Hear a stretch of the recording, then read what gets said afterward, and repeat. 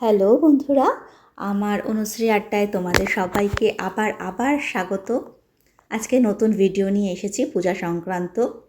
এখানে দেখতে পাচ্ছ গপু বসে রয়েছে এবং তার ঠিক পেছনে রাধা মাধব বসে আছেন। আমাদের এটা বার্ষিক অনুষ্ঠান রাধা মাধবের। অনেকেই হয়তো তাদের বার্ষিক অনুষ্ঠান রাধা মাধবের করে থাকেন এবং তাদের মধ্যে আমরাও একজন। এখানে আপনারা রাধা মাধব সম্বন্ধে যারা হয়তো আমাদের পুজো সংক্রান্ত অনেকেই আছেন যারা বাঙালি নন বা অন্য ধর্মের, তারা এখানে রাধা মাধবের পুজো সংক্রান্ত কিছু তথ্য জানতে পারবেন। এখানে হলেন রাধা এবং মাধব, দুপাশের চৈতন্যদেব রয়েছেন এবং দেখতে পাবেন তাদেরই ঠিক পাশে বসে আছেন ছোট ছোট গপু।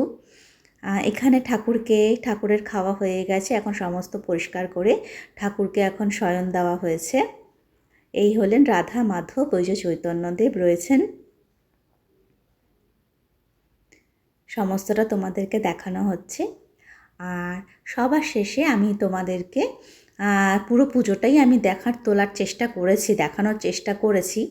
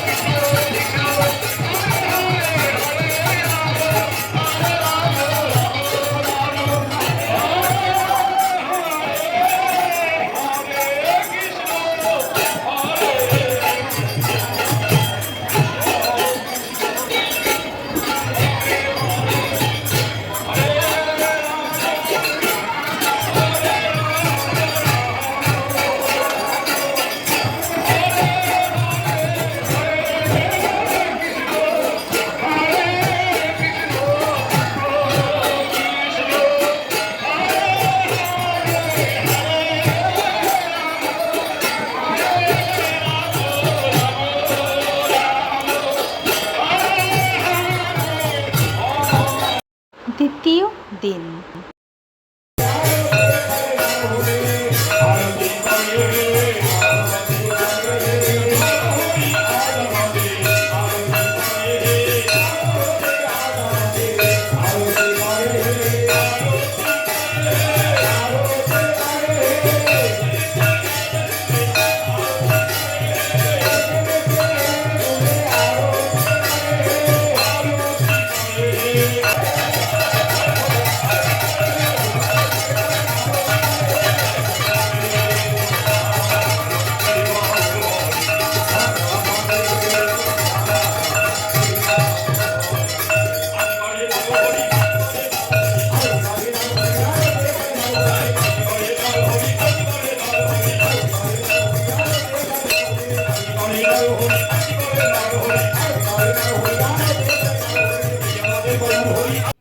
তাহলে বন্ধুরা, আমার ভিডিওতে তোমাদের রাধা মাধবের কীরকম পুজো হয় সে সম্পর্কে একটা ধারণা দিতে পারলাম আমি আশা করি।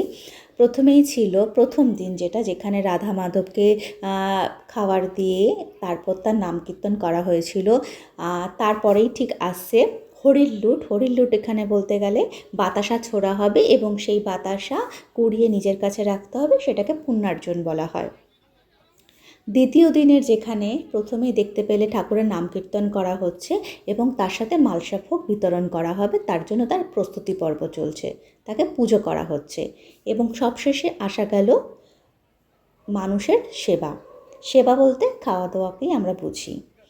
তো এখানে খাওয়া দাওয়ার মধ্যে ছিল খিচুড়ি, আলুর দম, চাটনি, পায়েস। তাহলে বন্ধুরা, কেমন লাগলো আমার ভিডিও সে সম্পর্কে একটু আমাকে জানিও। আর ভিডিওটা ভালো লাগলে অবশ্যই আমাকে কমেন্ট করো আর লাইক করতে একদম ভুলো না। আর যদি পারো, যদি আমার ভিডিও দেখতে হয়, আরও ভিডিও দেখতে হয়, তাহলে একটা ছোট্ট করে সাবস্ক্রিপশান করে দিও। দেখবে সাবস্ক্রাইব বাটন রয়েছে। আজকের মতো তাহলে আসি। তোমরা সবাই ভালো থেকো বন্ধুরা। তাহলে